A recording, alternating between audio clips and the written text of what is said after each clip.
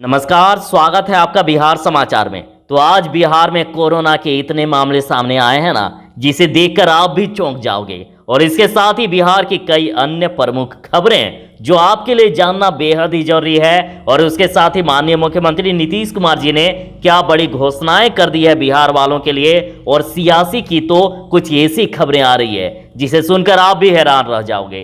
तो चलिए ऐसे ही खबरों पर आगे बात करते हैं। और हाँ, इससे पहले आपसे अनुरोध है, कृपया वीडियो को एक लाइक अवश्य कर दीजिएगा। आपका लाइक करना ही हमारी मेहनत का फल होता है। आपका एक लाइक हमारे लिए बहुत ही जरूरी होता है। तो बिहार में थम नहीं रहा है कोरोना का कहर। आज फिर से बिहार में कोरोना विस्फोट। आज फिर से 2605 नए मामले सामने आ गए। और यदि पिछले दिन की बात करें तो 2800 के लगभग में मामले सामने आए थे। और आज जो 2605 मामले सामने आए हैं, तो इनमें से 25 जुलाई को 1294 और 24 जुलाई या उससे पहले 1311 नए संक्रमित मरीज मिले हैं।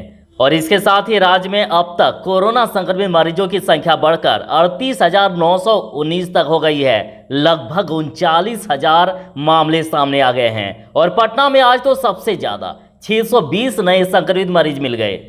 तो जैसे कि 25 जुलाई की बात करें तो 1294 संक्रमितों की पहचान हुई है। तो चलिए जानते हैं कहां से कितने नए मरीज मिले। तो देखिए, अरवल में 11, औरंगाबाद में 11, बांका में 21, बेगूसराय में 45, भागलपुर में 28, भोजपुर में 22, बक्सर में 2, दरभंगा में 43, पूर्वी चंपारण में 18, गया में 61, गोपालगंज में 8, जमुई में 61, जहानाबाद में 25, कैमूर में 1, कटिहार में 1, खगड़िया में 14, किशनगंज में 20, लखीसराय में 8, मधेपुरा में 8, मधुबनी में 14, मुंगेर में 36, मुजफ्फरपुर में 111, नालंदा में 97, नवादा में 34, पटना में 301, पूर्णिया में 20, रोहतास में 55, सासाराम में 1, समस्तीपुर में 28, सारण में 23, शेखपुरा में 17, शिवहर में 6, सीतामढ़ी में 14, सिवान में 16, सुपौल में 60, वैशाली में 32 और पश्चिमी चंपारण में 21 नए संक्रमित की पहचान हो गई है। तो कैबिनेट मीटिंग में स्वास्थ्य मंत्री की शिकायत पर भड़के नीतीश ने प्रधान सचिव की जमकर लगाई क्लास। तो देखिए, बिहार में कोरोना संक्रमण की लगातार बढ़ रहे केस को लेकर मुख्यमंत्री नीतीश कुमार ने शनिवार को कैबिनेट मीटिंग ली। और मीटिंग के दौरान ही अचानक ही स्वास्थ्य मंत्री मंगल पांडे मीटिंग में स्वास्थ्य प्रधान सचिव की शिकायत करते हुए कहा कि वे उनकी बात सुनते ही नहीं है। इतना सुनना था कि मुख्यमंत्री नीतीश स्वास्थ्य प्रधान सचिव उमेश सिंह कुमावत भड़क उठे। और इसके बाद मुख्यमंत्री ने प्रधान सचिव को जमकर फटकार लगाई। सीएम नीतीश ने स्वास्थ्य विभाग के प्रधान सचिव को कड़े लहजे में चेतावनी देते हुए कहा कि आरटीपीसी टेस्ट 20,000 प्रतिदिन नहीं हुआ तो कार्रवाई के लिए तैयार रहें। सीएम नीतीश ने यहां तक कह डाला कि अगर आपसे विभाग नहीं संभलता है तो छोड़िए विभाग को। और सीएम नीतीश ने कहा कि जब दिल्ली में रोज 38,000 टेस्ट हो सकता है तो बिहार में क्यों नहीं, और किसी भी हाल में मरीजों की जांच हो। और सीएम नीतीश ने यह भी निर्देश दिया है कि अनुमंडल स्तरीय हॉस्पिटल में भी 100 बेड की व्यवस्था हो और हर बेड पर ऑक्सीजन की भरपूर व्यवस्था होनी चाहिए। और जिलों में मरीजों को उनके जिले में ही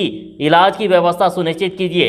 सीएम नीतीश ने कहा कि पिछले 14 साल में मेरे सामने ऐसी परिस्थिति नहीं आई है। जल्द से जल्द जांच बढ़ाएं, नहीं तो कड़ी से कड़ी कार्रवाई के लिए तैयार रहिए।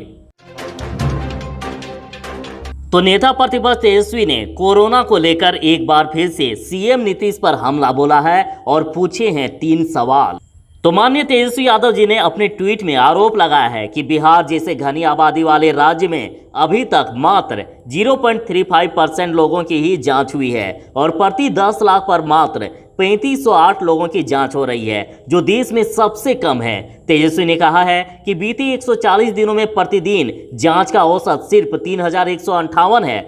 और विगत 2 हफ्तों में एंटीजन टेस्ट को यदि छोड़ दें तो आज भी मुश्किल से 3000 जांच ही हो रही है। और तेजस्वी ने कहा कि बिहार की जुलाई महीने में कोरोना पॉजिटिव रेट 12.54% है, जो देश में सबसे ज्यादा है। वहीं कोरोना सिर्फ जुलाई महीने में अभी तक 25 दिनों में 159 लोगों की मौत हो गई है। मतलब प्रतिदिन 6 लोगों की मौत हो रही है। और जो बिना जांच और इलाज के मर रहे हैं उनकी गिनती ही नहीं है। सरकार को अब तो गंभीर होना चाहिए।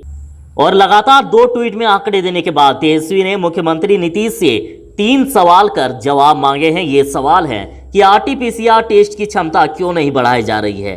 तो दूसरा, 4 महीने में कई छोटे राज्यों ने काबिले तारीफ काम करते हुए अस्पतालों का क्षमतावर्धन किया है और आपने एक भी नया अस्पताल क्यों नहीं बनाया। तो तीसरा, कि 15 साल बाद भी अस्पतालों में रुई और सुई के अलावा कोई और उपकरण क्यों नहीं है। तो बिहार वालों के लिए बड़ी राहत की खबर। बिहार में केंद्र सरकार की पहल पर बनेगा 1000 बेड वाला कोरोना अस्पताल। तो बिहार में तेजी से बढ़ रहे कोरोना मरीजों की संख्या नियंत्रण करने के लिए केंद्र सरकार ने पहल की है और इसके तहत जल्द ही सूबे में 1000 बेड वाला अस्थायी अस्पताल का निर्माण होगा और जमीन का सर्वे करने के लिए सरकार ने सुरक्षा अनुसंधान एवं विकास संगठन यानी DRDO को जिम्मा दिया है।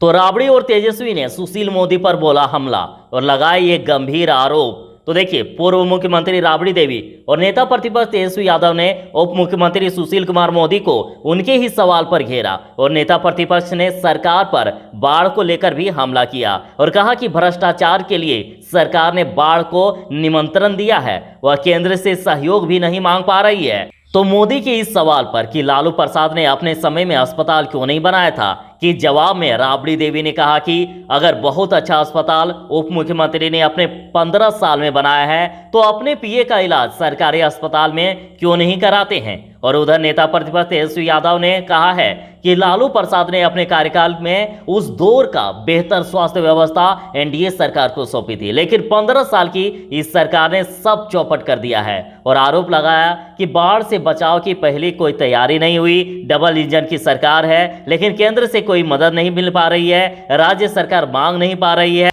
लालू प्रसाद केंद्र में थे तो कोसी बाढ़ के समय 1100 करोड़ रुपए दिए थे और इसके अलावा भी कई तरह की मदद किए थे। तो कुछ हैरान कर देने वाली खबरें भी सामने आ रही है। स्वास्थ्य विभाग की बड़ी लापरवाही सामने आई है। देखिए, बिना जांच कराए ही बुजुर्ग की कोरोना रिपोर्ट आई पॉजिटिव और इलाज के लिए घर पर दवा भी भेज दी गई। तो देखिए, बिहार के आरा जिले में स्वास्थ्य विभाग की बड़ी लापरवाही सामने आई है। यहां बिना जांच कराए एक बुजुर्ग की कोरोना जांच रिपोर्ट पॉजिटिव आ गई और इसके बाद डॉक्टरों की तरफ से घर पर दवा भी भेज दिया गया। तो बुजुर्ग का नाम शिव जन्म सिंह है और वे पेशे से फोटोग्राफर हैं और बबुरा में स्टूडियो चलाते हैं। बुजुर्ग का कहना है कि उन्होंने कोरोना की जांच नहीं कराई है। 11 जुलाई को बबुरा में जांच कैंप लगा था और वहां उन्होंने अपना रजिस्ट्रेशन कराया था, लेकिन स्वास्थ्यकर्मी उनका सैंपल लेने नहीं आए और कोरोना के बढ़ते प्रकोप के चलते उन्होंने अपना जांच कराने का फैसला किया था। और शिव जन्म सिंह का कहना है कि उनमें कोरोना के कोई लक्षण नहीं है। तो देखिए, बिना जांच रिपोर्ट का ये पहला मामला नहीं है। इसके पहले भी पटना में इस तरह के मामले सामने आ चुके हैं और इसके अलावा कई लोग स्वास्थ्य केंद्र में जाकर जांच तो करा रहे हैं लेकिन समय पर उन्हें रिपोर्ट नहीं मिल पा रही है। रिपोर्ट के लिए अस्पतालों के चक्कर लगा रहे हैं, मोबाइल पर भी मैसेज नहीं आ रहा है। तो बिहार सरकार का बड़ा फैसला। देखिए, कोरोना से मरने वाले सरकारी कर्मचारी के परिजन को मिलेगा विशेष परिवार पेंशन। तो बिहार कैबिनेट ने राज्य में ड्यूटी करने के दौरान कोरोना वायरस संक्रमण से मरने वाले सरकारी कर्मचारी के परिजनों को विशेष परिवार पेंशन देने का प्रस्ताव शनिवार को मंजूरी दे दी है। और देखिए, कैबिनेट सचिवालय के विशेष सचिव मिथिलेश कुमार सिंह द्वारा जारी प्रेस रिलीज के अनुसार ड्यूटी के दौरान कोविड-19 से मरने वाले सरकारी कर्मचारी के निकटतम परिजन को मौजूदा लाभ के अलावा अनुकंपा के आधार पर नौकरी दी जाएगी। और सचिव ने बताया कि अगर परिजन नौकरी नहीं करना चाहते हैं तो ऐसे सरकारी कर्मचारी के परिवार को उनके सेवानिवृत्त होने की तारीख पर पूरी सैलरी दी जाएगी और यह फैसला 1 अप्रैल 2020 से 31 मार्च 2021 तक प्रभावी रहेगा। तो खबरें कुछ ऐसी भी आ रही है कि बिहार में यहां 1.5 लाख बाढ़ पीड़ितों की भूख मिटाने के लिए जले मात्र 20 सरकारी चूल्हे। तो देखिए, उत्तर बिहार के मुजफ्फरपुर जिले में बाढ़ से घिरी करीब 1.5 लाख आबादी के लिए शनिवार को महज 20 सरकारी चूल्हे ही जले और बाढ़ पीड़ितों का पेट भरने की ये कोशिश ऊंट के मुंह में जीरा साबित हुआ। और जिला प्रशासन ने शुक्रवार को 26 सामुदायिक किचन शुरू करने का दावा किया था, लेकिन शनिवार को हिंदुस्तान की पड़ताल में 20 सामुदायिक किचन ही चलते आए हैं। तो ये थी फिलहाल तक की खबर और अंत में फिर से आपसे प्रार्थना है कि यदि अभी तक आपने वीडियो को लाइक नहीं किया है तो कृपया वीडियो को एक लाइक अवश्य कर दें। आपका लाइक करना ही हमारी मेहनत का फल होता है। आपका एक लाइक हमारे लिए बहुत ही जरूरी होता है। तो चलिए मिलते हैं ऐसे ही खबरों के साथ बस थोड़ी ही देर में एक नई वीडियो में। तब तक के लिए दीजिए इजाज़त। बाय। जय हिंद। भारत माता की जय।